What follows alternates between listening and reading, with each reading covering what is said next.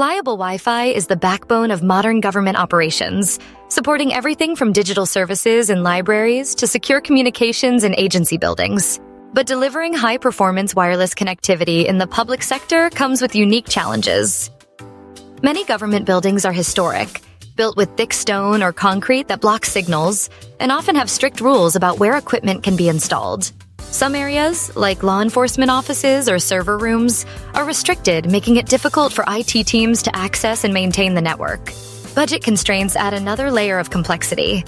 Unlike private companies that upgrade networks every few years, public sector networks may need to last a decade or more. Every investment is closely scrutinized, so IT teams must plan carefully and document every decision to ensure taxpayer funds are used wisely. Security is also critical, with many agencies requiring offline tools to protect sensitive data and prevent unauthorized access.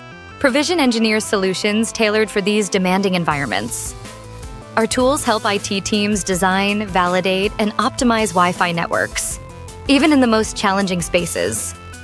With features like automated floor plan analysis, real-world data collection, and advanced troubleshooting, our team ensures reliable, secure, and future-proof connectivity for government agencies and the communities they serve.